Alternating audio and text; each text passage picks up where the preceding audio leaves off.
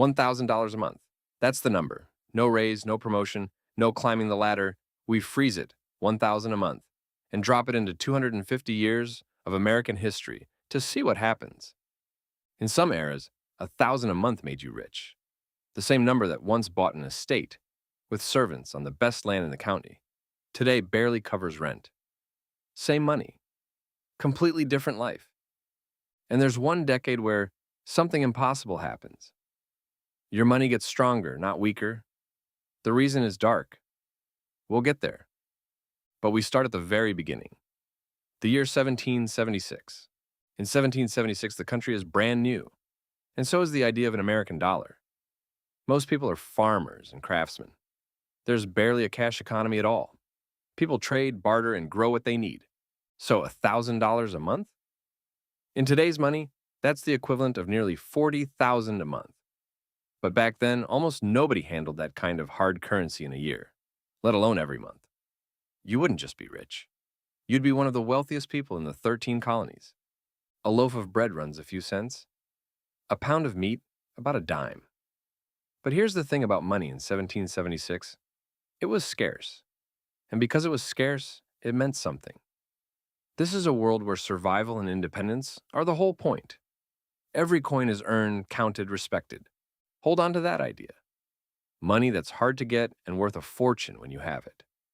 Because over the next 250 years, that relationship completely flips. Now jump nearly 90 years to 1865. The Civil War has just ended and the country is in financial chaos. Your $1,000 a month is worth about $20,000 today. On paper, you're wealthy. But this is the most unstable money in our whole story. During the war, prices exploded. The government printed money to pay for the fighting and inflation ran wild. Then the war ends and prices crash the other way. One year, your 1,000 buys a comfortable life. The next, the same 1,000 doesn't stretch nearly as far. The cost of feeding a family swings from cheap to expensive and back again. For the first time, Americans are learning a hard lesson that runs through this entire video. The number in your pocket can stay the same, while the value underneath it moves. In 1865, it moved violently. By 1925, electricity, jazz, automobiles, your 1,000 is worth about $19,000 a month today. Still wealthy, still the good life. But something's shifted. Money does a little less than it used to. You can still buy a new home outright or drive a new Chevrolet off the lot for $525. But that untouchable feeling from 1900, it's fading at the edges. You're rich, just a little less rich than a generation ago. Remember that 19,000? The next decade is where it gets strange. Here's the moment I promised you. 10 years later, the middle of the Great Depression, the worst collapse in modern history. Banks failing, a quarter of the country out of work, bread lines around the block. And your 1,000 a month? It's now worth more than in the Roaring Twenties. About 24,000 a month today, up from 19. That is not a typo. Your money got stronger during the worst crisis in a century. How? Look at steak, 36 cents a pound. In 1925, it was 38. 10 years passed, and beef got cheaper. So did bread. So did milk. That's deflation. When an economy collapses this hard, prices don't rise, they fall.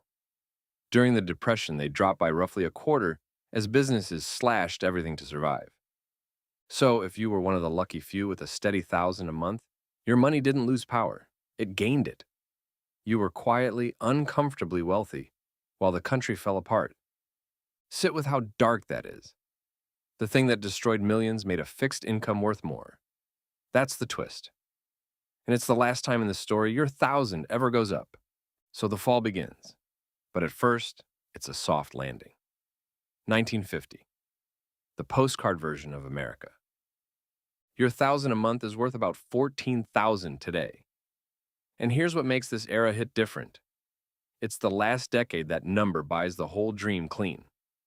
A new house, picket fence and all, runs $7,000 to $15,000 with a mortgage around $60 a month. A new car is under $2,000. Round stakes up to about $1 a pound. But you're buying it on an income that still buys a house, so who's counting? One income raises a family, owns the home, takes a vacation, and still leaves money to imagine something bigger.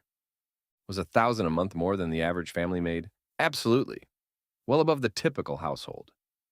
And that's the point. In 1950, being above average meant the American dream on easy mode, not a struggle you white-knuckle through, a default setting. That's the peak. Everything after is the descent. 1980. Your 1,000 a month is worth about 4,000 today.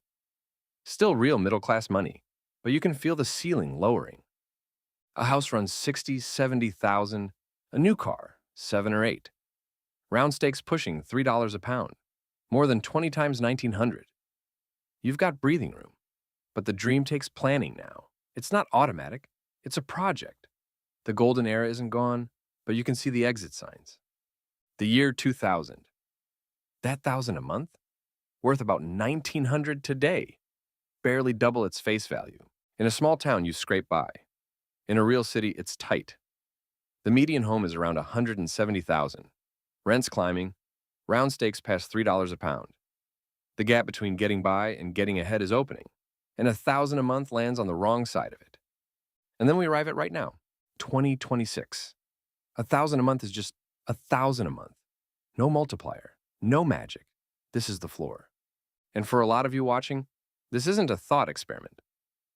It's Tuesday. A full-time job plus side gigs just to stay level. Rent on a basic one-bedroom eats $1,500, $2,000. Half your paycheck before you buy a thing.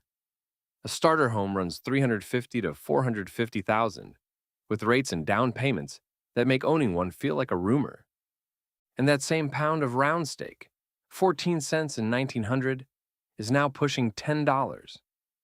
Not ground beef. Steak. The number in your bank account didn't change. The steak got 70 times more expensive. You're working harder than your grandparents did at your age, doing everything you were told to, and the money just doesn't stretch.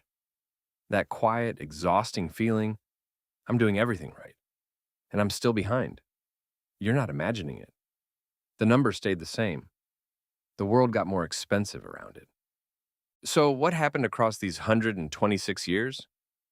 Part of it is simple. Money loses value over time. That's inflation, the current running under everything. But that's not the real story. Since the 1970s and 80s, the three things that matter most, housing, education, healthcare, have climbed far faster than everyday inflation. Incomes rose too, but didn't keep pace with the costs that decide whether life feels stable. That's the gap. That's why a paycheck that was a dream in 1950 can feel like survival mode today. Finally, this is a history lesson, not financial advice, and I'm not a financial advisor. What you just watched is how the value of a dollar has moved over a century using inflation data from the Bureau of Labor Statistics. If you want to go deeper, check out the link in the descriptions below to learn more and do your own research. If this made you see that number in your bank account differently, hit like and subscribe for more breakdowns like this. Thanks for watching. I'll see you in the next one.